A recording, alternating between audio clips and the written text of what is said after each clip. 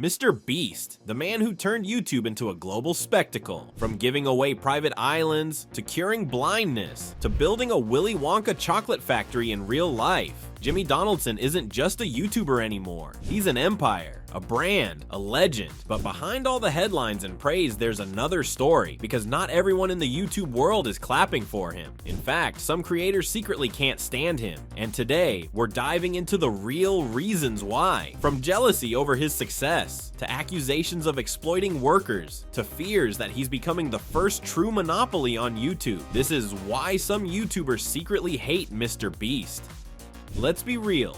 Success always creates enemies. MrBeast isn't just successful, he's operating on a level that feels almost unreachable. Most YouTubers struggle to pull a few 100,000 views on a video. Some are lucky to hit 1 million. But MrBeast, his uploads casually rake in 50 million, 100 million, even 200 million views, and that creates resentment. Because for smaller creators, even ones with millions of subscribers, it feels like no matter how hard they grind, they'll never compete with Jimmy's scale. It's not just about money either, it's about visibility. When you put blood, sweat, and tears into a video, and then watch the algorithm push MrBeast's latest giveaway to the trending tab worldwide, it can feel like YouTube is built to serve him first, and everyone else second. Commentary YouTubers like Some Ordinary Gamers, Mutahar, and Ethan Klein from H3H3 have openly discussed this. They've pointed out how brands and advertisers now look at MrBeast as the safe bet, the guy who guarantees billions of impressions. For mid-tier creators, that's demoralizing, because even if they make great content, they're competing against a giant who has already won the game. And let's not forget, envy is a very human thing. When one person becomes the face of an entire platform, it doesn't just inspire admiration, it sparks jealousy too. Here's the thing about YouTube, it thrives on comparison, views, subscribers, CPM brand deals, and MrBeast dominates every category. That creates what I call the Beast effect, where creators measure themselves against him and come up short every single time. Take creators like PewDiePie. Even though Felix has publicly praised Jimmy, there's always this underlying narrative. Pewds used to be the king of YouTube. Now MrBeast wears the crown. Or look at Logan Paul. Once one of the platform's biggest stars, he now plays second fiddle when it comes to global recognition. Jimmy doesn't just outpull him in views, he outshines him in brand power, and jealousy works in subtle ways. It's not always creators coming out and saying, "I hate MrBeast." Sometimes it's side comments on podcasts. Sometimes it's Twitter threads where smaller YouTubers vent about how brands funnel all their money into Jimmy's videos, instead of spreading it across mid-tier channels. Creators like Jarvis Johnson and Ethan Klein have mentioned this imbalance.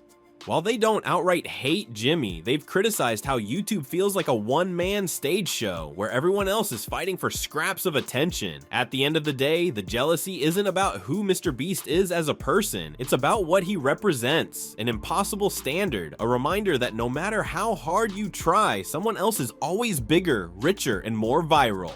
Of course, it's not just about jealousy. Some creators genuinely dislike MrBeast's content style. To his fans, his videos are innovative, over the top, and fun. But to his critics, they're shallow spectacle, designed more for clicks than creativity. Commentary channels like SunnyV2 and Some Ordinary Gamers have argued that his videos are less about storytelling and more about gimmicks. Who can win $1 million? Who can stay in a circle the longest? Who can survive in a real-life Squid Game set? To some, that feels like YouTube at its most manufactured, a far cry from the raw, personal content that built the platform in the first place. Even creators like Casey Neistat, who doesn't hate MrBeast at all, once suggested that YouTube has shifted from artistry to stunts, with Jimmy leading the charge. For old school YouTubers, that shift feels like a betrayal of the platform's roots. And so, when they criticize MrBeast, it's not just about him, it's about what he represents, the commercialization of creativity.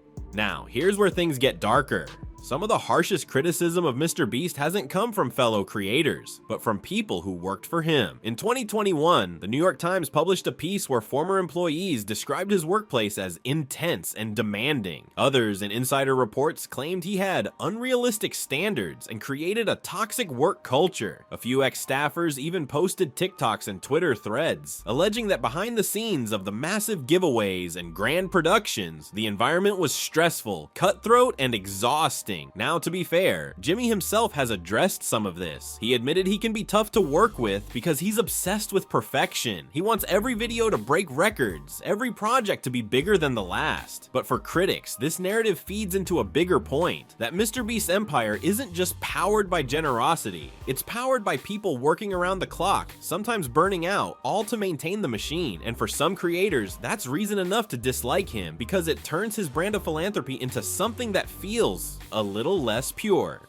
Another big reason some creators resent MrBeast. They think he's too perfect. When your entire brand is built on generosity, giving away money, helping strangers, curing blindness, it almost feels suspicious. Some YouTubers argue that his philanthropy doubles as marketing, that every donation, every good deed is just another piece of content designed to generate views and sponsorships. Commentators like CoffeeZilla have raised questions about how much of MrBeast's generosity is genuine versus how much is business strategy. To critics, this creates a weird dissonance. On one hand, they can't deny he's helping people. On the other hand, they feel uneasy about charity being monetized on such a massive scale. It's the classic too good to be true effect, because when someone looks flawless on the surface, people start digging for flaws underneath. And in Jimmy's case, every act of kindness sparks a chorus of skeptics asking, yeah, but what's in it for him?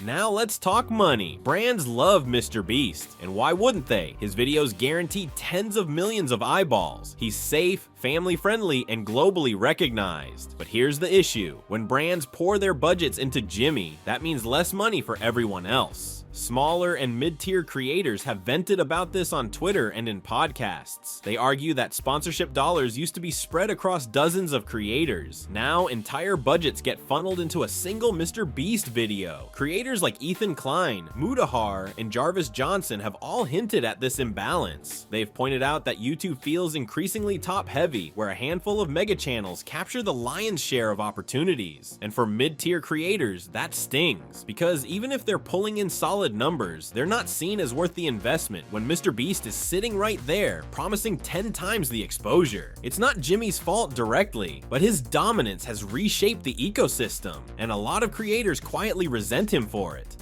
There's another layer to why some YouTubers secretly dislike MrBeast, and it goes beyond money or jealousy. It's the fear that he's becoming a monopoly on YouTube. Think about it. When people outside of YouTube talk about the platform, who's the first name that comes up? It's not PewDiePie anymore. It's not Logan Paul. It's not even Dream or Ryan Trahan. It's MrBeast. He's become the face of YouTube, and for smaller creators, that's intimidating. Commentary channels like SunnyV2 have argued that Jimmy's rise comes with a side effect. The bigger he gets, the more YouTube starts looking like a one-man show. And that's dangerous for diversity, because if viewers think YouTube equals MrBeast, it overshadows the thousands of other creators grinding for recognition. It also raises questions about YouTube's own priorities. Will the platform shape itself more around mega channels like MrBeast, the ones who guarantee billions of views, instead of supporting mid-tier or up-and-coming talent? Some critics worry that YouTube could eventually resemble traditional television, where only a handful of shows dominate, while smaller productions get buried. In other words, when one creator towers above the entire ecosystem, everyone else is forced to live in his shadow. So, is the hate towards MrBeast actually justified? Not really. Most of it comes from envy, frustration, or the changing nature of YouTube, not from Jimmy doing anything wrong. Yes, he sets an impossible standard. Yes, he dominates sponsorships, but that's what every creator dreams of, to reach the top. And while others complain, Jimmy keeps building schools, funding charities, and creating videos that inspire millions. At the end of the day, the hate often says more about his critics than it does about him, because while they're tearing him down, he's busy changing the game.